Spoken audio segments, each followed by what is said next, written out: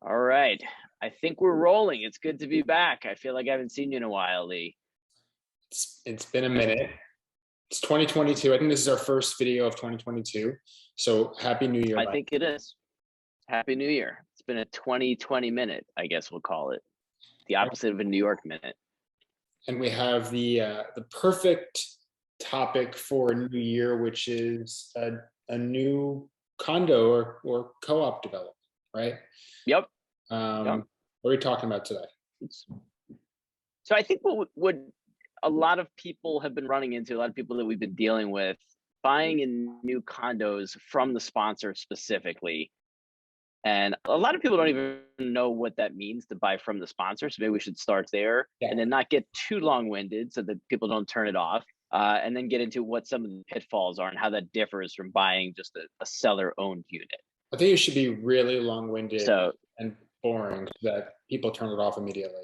That would be my that might be good. And then we could do, but then they'll wonder, like, did they do something weird after we stopped watching? I don't know. Yeah. We just to spoil it, we definitely didn't. But yeah, I think most people when they buy a condo, it's already kind of complicated enough in a lot of people's minds when they buy a condo, because they think, all right, I've heard that term used many times. If you haven't owned one, you might wonder, how does this differ from just buying a house? Or it's like, well, I'm buying an apartment. How does that work? Usually you're still getting a deed. It's not like a co-op where you get shares and you're buying from an owner of real estate. It's just that they own, typically from the paint in, we like to say, you own the interior of a unit that's part of a condominium development and association. But that condominium development had to be developed and built by somebody. And then the initial units had to be sold off. And sponsor is, just to keep it simple, is basically who you could think of as the person or the group that developed and initially sold off the condo units. I think, is that a fair assessment? Yeah, I mean, or explanation. That's for most condominiums, that's typically how it works. Yep.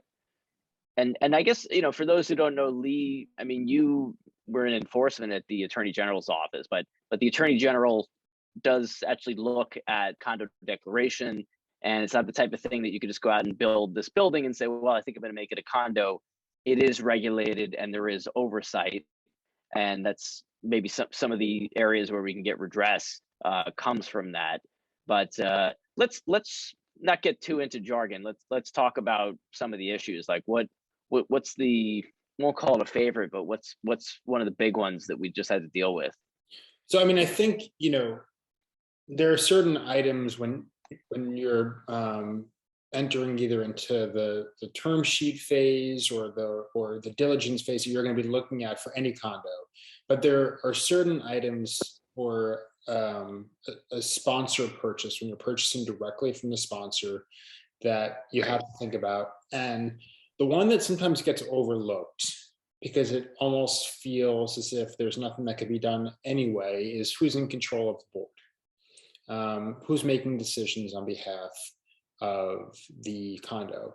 And typically, if you get your diligence in a hard copy, which some brokers and or developers still send, you'll get a 400, 500, 800 page offering plan. Usually it's in Dropbox or Google Drive. And in the first 10 pages of that offering plan, which is the terms of the sponsor's offering that they have to submit to the Attorney General to show that they're disclosing everything they need to disclose to potential purchasers, there's going to be a special risks section. And if you hire an attorney for your deal, that's the first thing, and maybe sometimes the only thing the attorney is going to look at. And usually within the first 5 bullet points of special risks, there will be information about how sponsor control of the board changes hands to the unit owners. And the critical factor there is what percentage of units have to close in order for a sponsor controlled board to become a unit owner controlled board. And it could be anything. I think typically we see 50%, right? That's kind of the standard, but we've also seen 75%. We've seen 100%. And it's usually going to be the earlier of that, whatever that number is in 5 years. That's really important, right? So it's not out of your hands. If the number is 50% or 75%, it's really as simple as contacting management or the seller broker and finding out how many units have been sold in the building to get a better understanding of how close you are to unit owner control. And the reason why this is critical, the reason why it's important is because there are different goals that a unit owner controlled board has from a sponsor control board. Mike, you're shaking your head. Maybe you can provide some insight into that. I think you were doing really well, but I just think about it. Let's keep it very intuitive. If you're buying a unit to live in, or maybe you're to rent out, but it's your own personal use, well, your budget is what? It's what you're paying. Maybe you're financing just that unit. You're accounting for just those common charges. Your goal is to own a small piece of real estate within a larger piece. What is the sponsor's goal? The sponsor's goal is probably to maximize sale price for the whole development. And if they're holding on to control, it's probably to keep something in their control that's going to financially benefit them. And they're not in love with any of these units, right? If we're talking about mostly residential, we're not even going to get into commercial condos because they have their own problems. Maybe that's a future, show, a future episode on the series. But that's the basic misalignment that Lee is talking about. And obviously, if you have something that's closer to 100% unit ownership being the trigger as opposed to 50%, well, that really leaves it into in the sponsor's hand way further into the process than anybody's going to be comfortable.